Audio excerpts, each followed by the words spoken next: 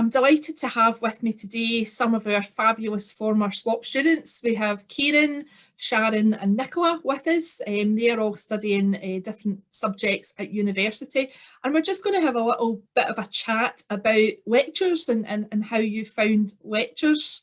So Kieran, what is it you're studying at university? I'm doing physics with teaching. And yeah, as part of the science course that I was doing, I enjoyed physics, so I wanted to do a course kind of related to that. And teaching, I like the idea of that as a career, so it all kind of fell quite nicely into something that I could go in and do. I'm doing joint honours in history and education. And Nicola, you're at university as well. What are you studying? So I am a BA Primary Education second year student at Strathclyde. One of the things that you guys will have experience of, which maybe some of the students who've been working online haven't, is physical lectures and actually being in a physical lecture. And I suppose that's a little bit different to being in a class at college. Anybody want to put in about what they felt about when they first encountered lectures at university? What was your first lecture like? Daunting, to be honest. Yeah, it is a big jump up, and I think when you go to university, your first experience isn't a lecture. Your first experience is like your induction week, and particularly at Strathclyde, when I did my induction, there's a lot of focus on like the prestige of the university and all the success that people can have in there, and your first sort of meeting with the principal is in this hall where in 4 years' time you're expected to graduate. So there's a lot of grandeur that kind of comes along with that, and I don't know whether that kind of plays something psychological in your mind when you step into a lecture at university and you go, right, this is a step up, this is a different level to what I've been doing in college. So for the first wee while, it was a wee bit daunting, I would probably say is the right word. And in particular with the physical lectures, the one thing I did struggle with is note taking. I was putting more of a focus on trying to make sure I had notes from the lectures, that I was kind of missing the context that you get from the lecturers going through the material in the lecture hall. So for the second semester, I kind of just went the opposite way and I didn't take any notes at all. And then you still get access to when it was on campus learning, you'd get access to the slides, so you could still go through the material that was on there, but having listened to the lectures, me personally, I remember a lot from audio. So I can remember how things sounded and remember the context from just listening to it. So that helps me personally. I know everyone's going to be a wee bit different. Absolutely. Nicola, how was your first lecture? What did you do to prepare for your lecture, and was it what you expected when you went into those first few lectures?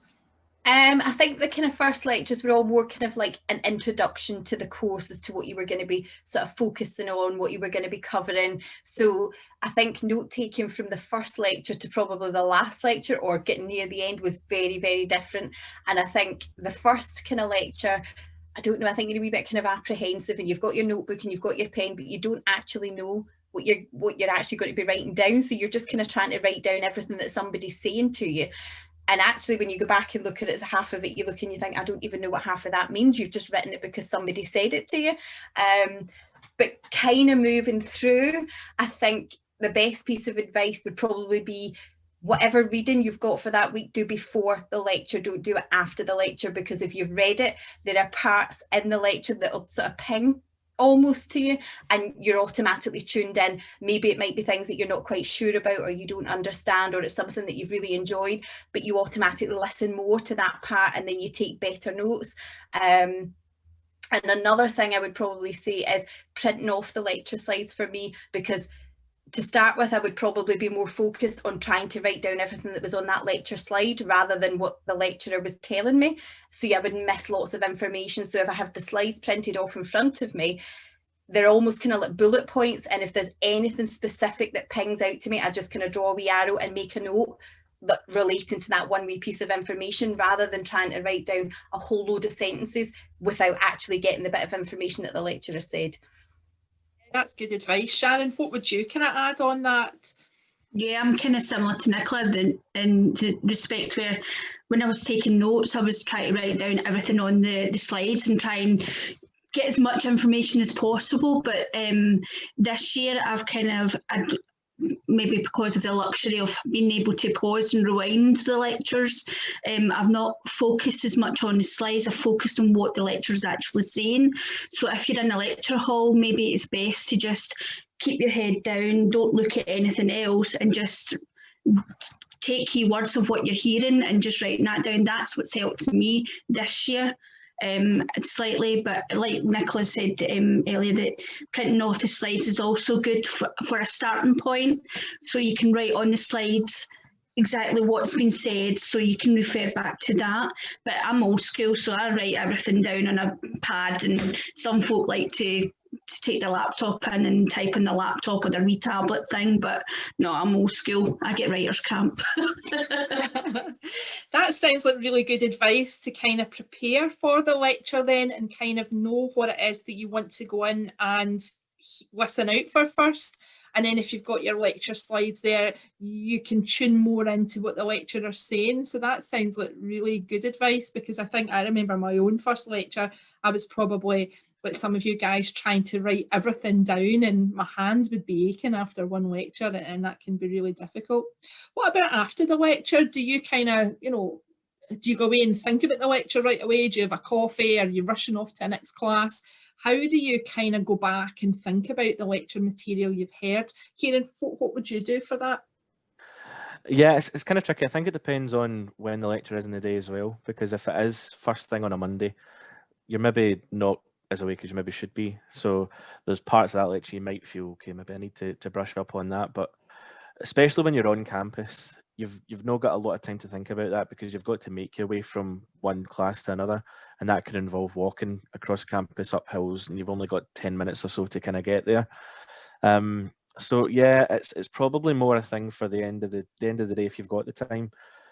It's trickier for someone like me that works part-time as well. So as soon as uni's done, I'm kind of away to work, and then by the time I get home, it's 9 o'clockish. So you kind of try to find time where you can.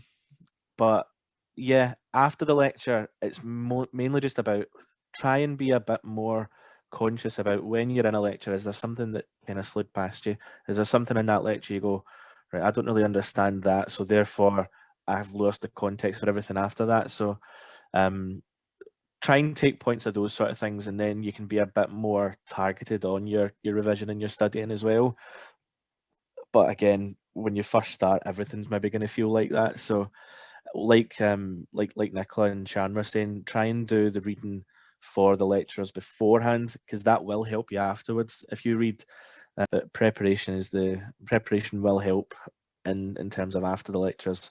But yeah, just try and be a bit more conscious about what you're struggling with, and that'll help overall.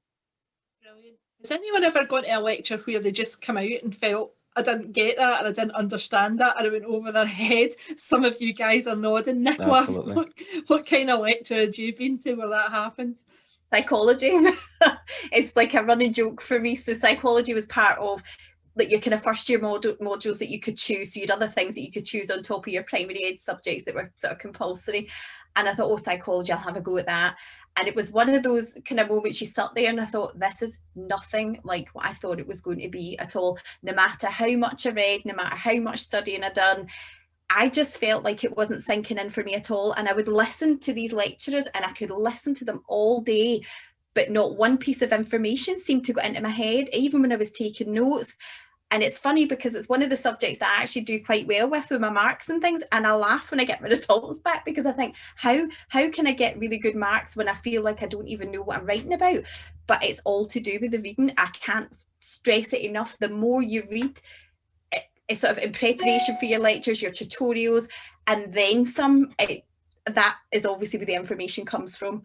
I've had quite a few psychology lectures like that I've just thought, no way, there's no way I can even pass this subject, and yet here I am 2 years later doing just fine. So Brilliant. Sharon, you're nodding away there as well. Have you had that same kind of encounter?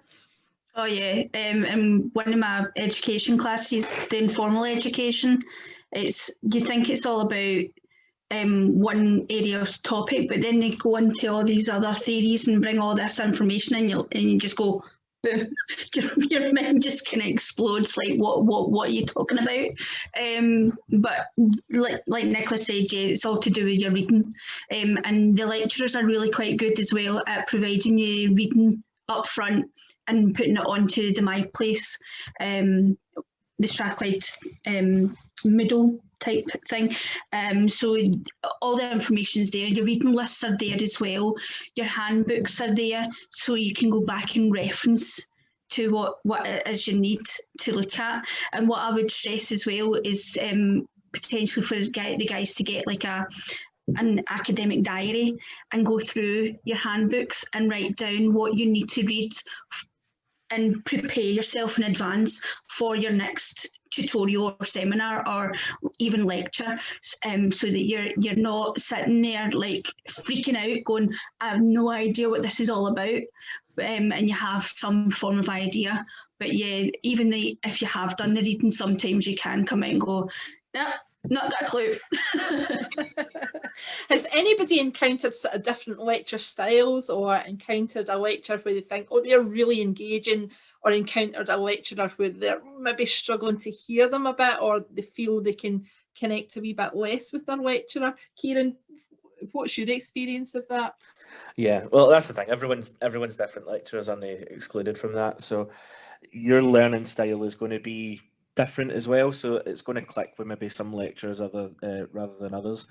I think in particular on campus, when you're getting physical lectures, it can be a bit more of, well, it's maybe less important for them to be maybe as engaging, because you're kind of there, and your mindset, because you're physically on campus, is a bit more switched on towards uni.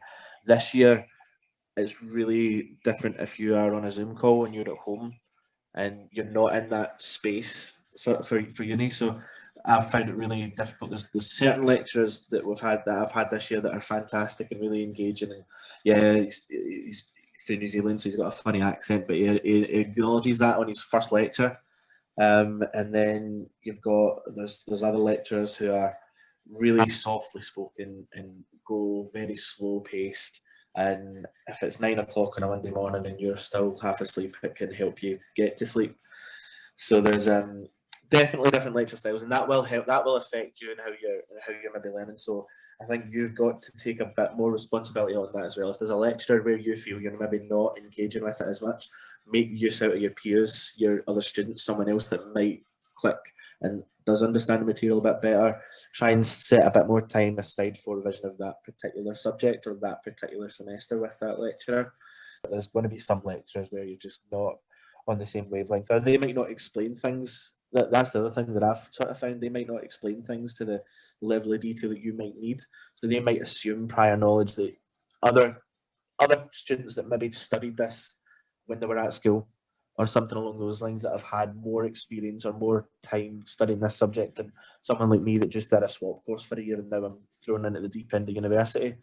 What you tend to find is if you're struggling, someone else is, and it could just be a case that you need to speak up to help everyone else out. So don't be afraid to do that either. I think that's really good advice as well. I remember coming out of a lecture myself, and actually I must have thought out loud and said, I just didn't get that, and about 10 other heads popped up and went, no, we didn't get that either. So sometimes just vocalising that or chatting with your students, your peers round about you, that's good advice as well. Thanks very much to you all for your input today. Hopefully that really helps our students who are moving on next year.